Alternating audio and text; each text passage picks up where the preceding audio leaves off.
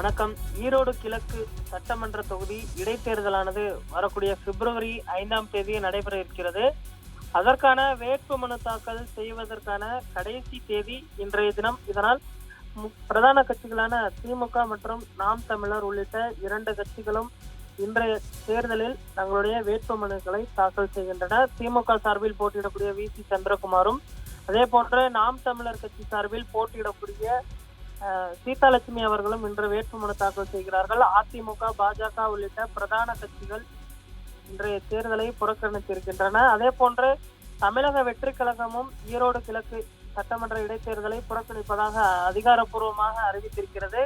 இது தொடர்பாக கட்சியின் தலைவர் விஜய் அவர்கள் வெளியிட்டிருக்கக்கூடிய இந்த அறிக்கையில், கடந்த பிப்ரவரி 2ஆம் தேதி வெளியிட்டிருந்த அந்த அறிவிப்பிலே 2026 சட்டமன்ற தேர்தலை எதிர்கொள்வதுதான் தமிழக வெற்றி கழகத்தின் பிரதான இலக்கு என்றும், அதுவரை மக்கள் பணியாற்றுவது என்றும், இடைப்பட்ட காலத்தில் நடைபெறக்கூடிய உள்ளாட்சி தேர்தல் உட்பட எந்த தேர்தலிலும் போட்டியிடப் போவதில்லை என்று திட்டவட்டமாக தெரிவித்திருந்தார். மேலும் தமிழ்நாட்டில் ஆளும் அரசுகள் ஜனநாயக மரபுகளை பின்பற்றாமல் தங்களின் அதிகார பலத்துடன் பொது தேர்தல்களை காட்டிலும் ஜனநாயகத்திற்கு எதிராக பல மடங்கு அரசியல் அவலங்களை அரங்கேற்றியது இடைத்தேர்தல்களில் வெற்றி பெற்று வருவதும் வழக்கம் என்பதை கடந்த கால வரலாறுகள் நமக்கு உணர்த்துகிறது.